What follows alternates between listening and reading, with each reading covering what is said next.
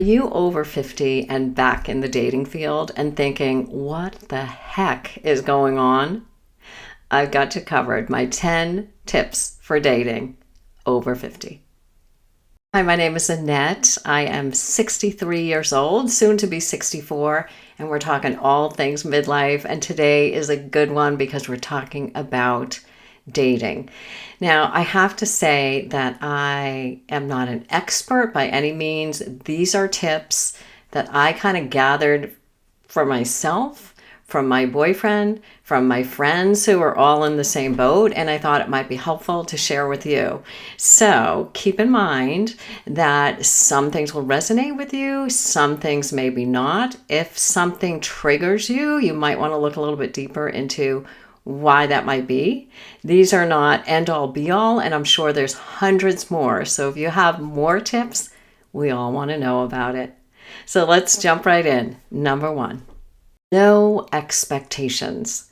When you first start dating or any first date, you're just going out to meet an interesting person, have an adult conversation, maybe grab a coffee or a drink or dinner, and you just want to meet someone new. There's no expectations for it to go any further than that. If it does, great. If it doesn't, you've met a new friend, maybe someone you can fix up with one of your friends, but you don't want to put so much pressure on yourself. You're not out there looking for your soulmate. That will come. But if you're putting that kind of pressure on yourself for every single first date, you're going to be disappointed. So keep your expectations really, really low. Number two, no negativity. If you are hating all men and all women right now, now is not the time to be going out and dating. And it's not to say that you may not be justified in how you're feeling. A lot of us have gone through some really bad situations. I know after I got divorced, I was like, I am never dating again. But guess what? We do. So I have to tell you, if you are going on a date with someone, you don't want to be talking about how lame your ex-husband was or just showing any signs of negativity, anger, desperation. Those types of things reek, and they're not very attractive to the person that you're meeting. So it's no shame in working on yourself, deciding what are some of the issues that you need to work through and what you want for yourself at this point in your life. But don't bring that to the table. Number three, let's talk about the dating apps. So all of us at one point or another has said, I am not going on the dating apps, myself included. But if you're like me, who was working from home, I would go into the office once a week. Everyone I worked with was 10, 20, 30 years younger than me.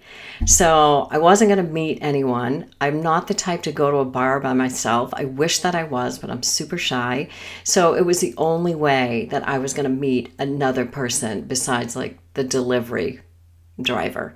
So I met my boyfriend on Hinge. So I'll give you a couple of tips if you're new to the dating apps.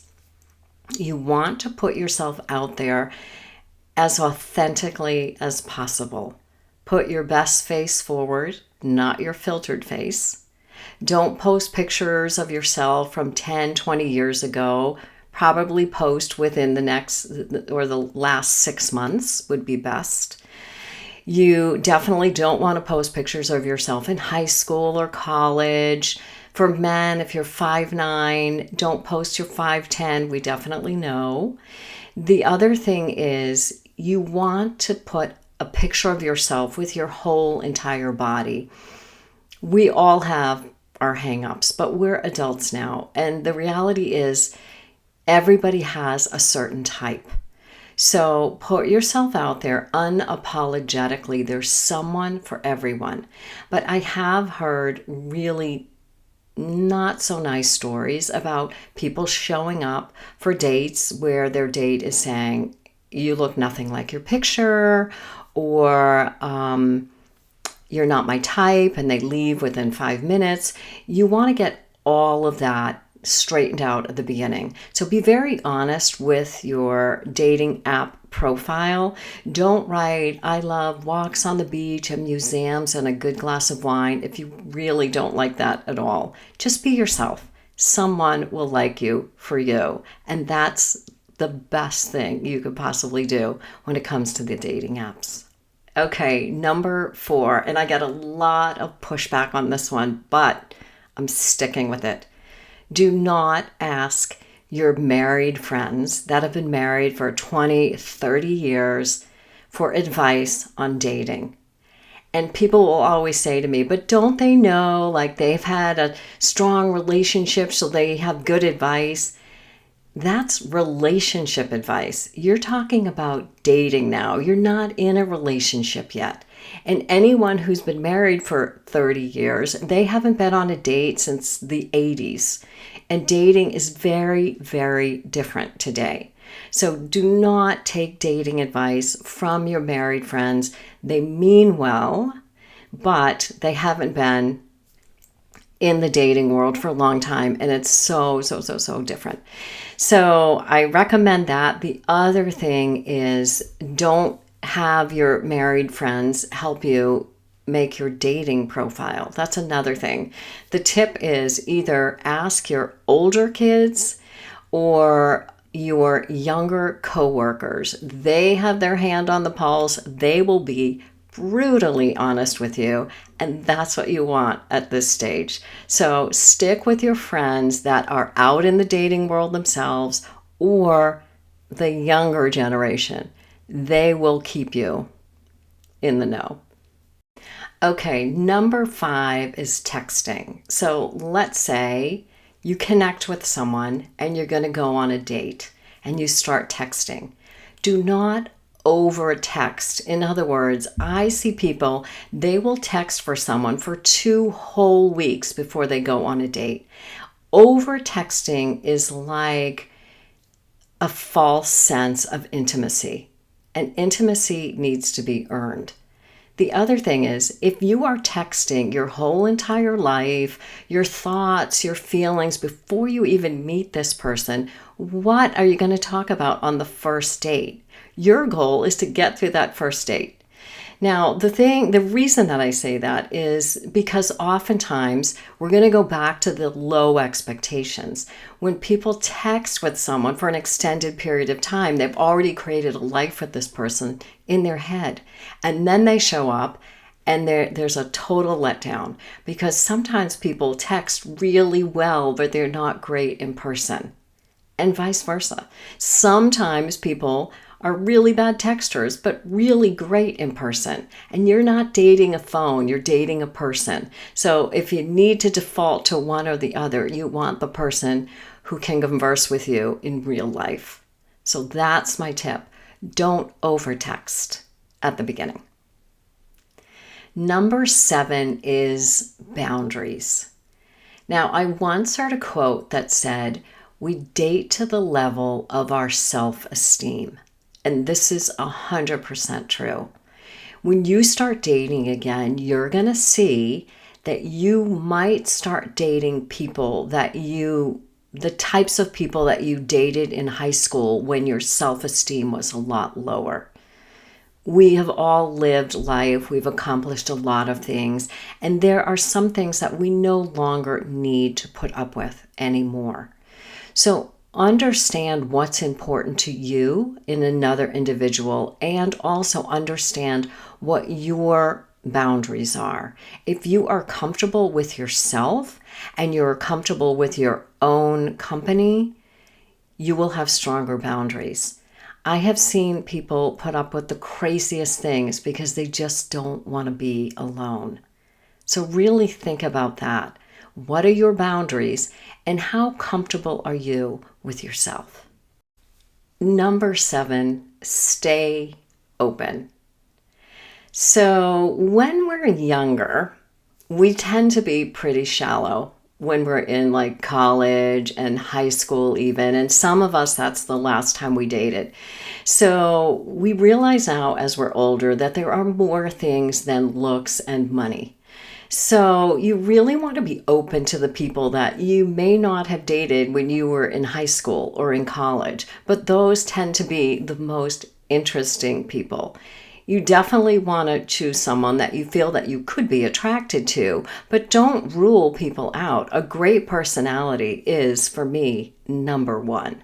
So just stay open to the types of people that you want to date, and you don't have to date everyone that asks you, but you definitely want to say, okay, I want to give this person a chance because they seem really interesting to me.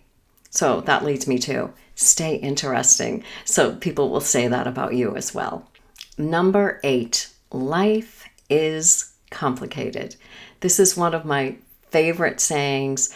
I think this is why my friends ask for my advice all the time, because I'm fairly neutral. I don't look at life like black and white. It's complicated. We've all lived long lives. We have lots of water under our bridge at this point. So when you first meet someone, oftentimes they're not expecting to meet another individual that they want to bring into their life right away. And when they do decide that, there's a lot of things that need to be worked out on their end and your end. Oftentimes people are used to living their own lives and being alone, and it's a little bit of a challenge and an adjustment when you meet someone new. So understand that, but also know what you're looking for in a partner. I have friends who say, I don't want to date anyone with kids. Well, guess what? At this age, most of us have them. So if that is a deal breaker for you, you need to put that on your dating app. I'll tell you, the first few men that I dated when I started dating, both of them had never been married and never had kids. And that was when I realized I do want to date someone that has kids because they understand the whole parenting dynamic. So that was important to me. It may or may not be important to you, and it's never absolute. Not to say that you may never date someone with kids or without. Just know what you're willing to accept in a relationship, and that all of us have our own baggage, if you will, that we're carrying forward. And it's not always a negative thing. It's just life.